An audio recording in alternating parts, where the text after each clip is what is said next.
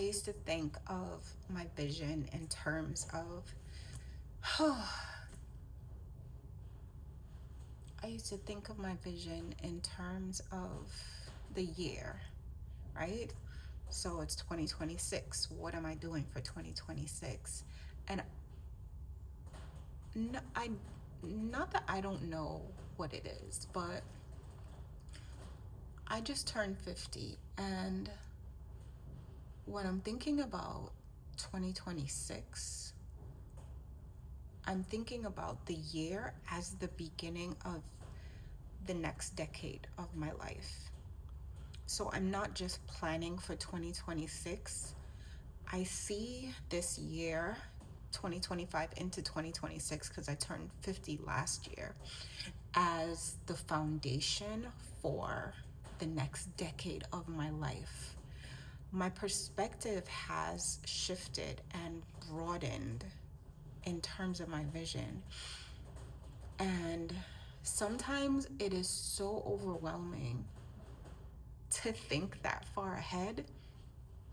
And other times it's so fulfilling. Even though nothing has happened yet, it is fulfilling to even have that perspective.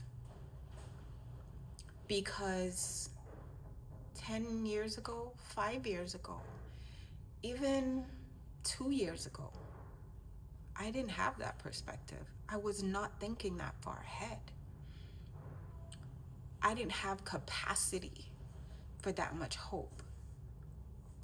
So when I talk about those 3 daily appointments, and I say that every woman needs an appointment with God, an appointment with herself, and then her appointments with others, this is why. Because I believe that when we put our life in that order, that things start to make sense.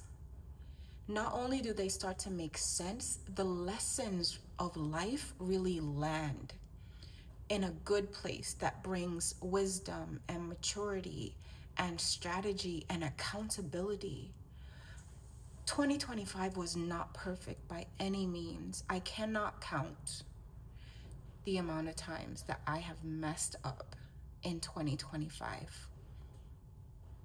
But for every time I messed up, I bounced back.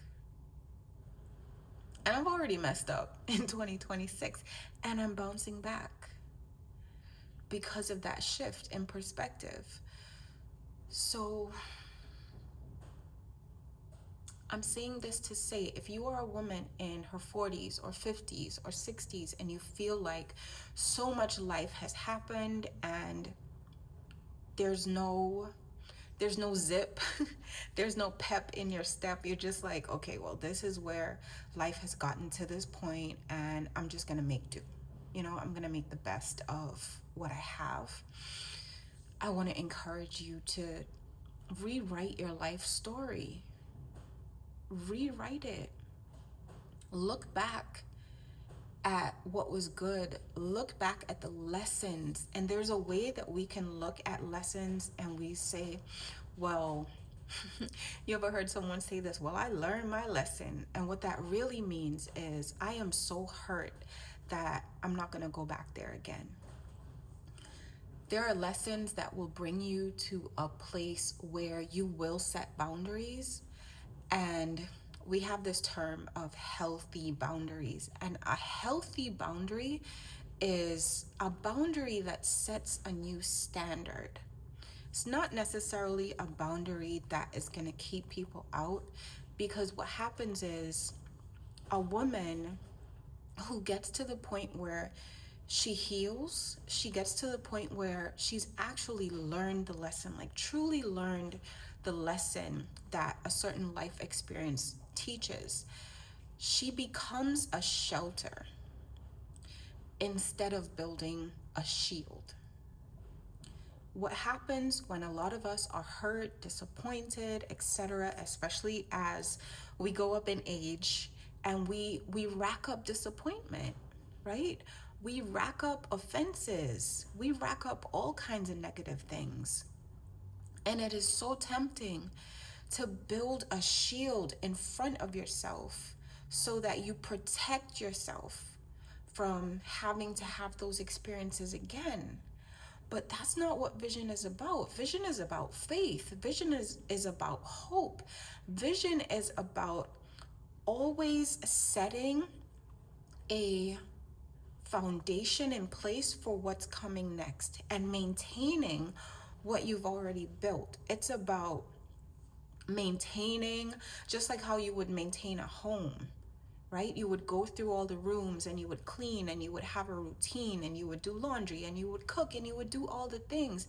Your life is the same way. It requires constant care and attention. And for many of us, we were not taught how to pay attention to the woman within. We were taught how to do things, but we weren't taught how to become. We weren't taught how to maintain ourselves. And when we start doing it and it takes time away from doing all the things, it feels selfish, but it's so necessary, because the woman who is going to accomplish whatever, she needs care. She needs attention. She needs your focus, not all day, every day, but at some point she needs your focus. So paying attention to who you've been, who you are, who you're becoming, who you want to become, that's important. That's key. Because do you want to look up in the next 10 years and wonder what happened? And for those of us in midlife, it can seem like the best of our lives have been wasted, or we are at the pinnacle currently. If things are going well, there can be that fear that this is the best there is, so let me just hold on to this because this is all I have. But this is a prime opportunity for something new to happen. And for those of you who have had pain upon pain upon pain because of decisions you've made, because of things that have happened to you that are outside of your control, all kinds of things, regardless of the reason, there is always hope. I told a friend of mine the other day, I am too old not to have hope. At this stage in my life, I refuse to live a hopeless life. I refuse to live my life without vision, without faith, without focus, just kind of floating through and going through the motions. I think that I have been through too much not to glean wisdom and strategy and hope and faith from the things that I've been through, because there is so much that God has done in my life, and there is so much left. He still has plans for me, and I don't want to miss out. It's not a fear. And I'll be honest, it used to be. It used to be fear that I'm never going to live up to who I could possibly be. You know, there's a fear that I didn't have enough resources, I didn't have enough confidence, I didn't have enough education, I didn't have a big enough network, all these things, all these excuses. But the more I spend time with God, the more I spend time with myself, the more I prioritize those two before I show up anywhere else, the more I see that my voice is necessary. And I think that's so important for us to know, whether it's in your family, whether it's in your workplace, whether it's in your church, whether it's in your community, in whatever sphere of influence you are in, your voice is needed. Scripture says that faith comes by hearing, and hearing by the word of God. And that speaks to the order: time with God, time with yourself, and then time with others. Every single one of us has influence. What are we influencing other women, our spouses, or children? society, social media, what are we influencing people to believe? Are we contributing to hope and faith and good? Are we contributing to building up the people around us, building up our families, building up our teams at work? Are we contributing to that?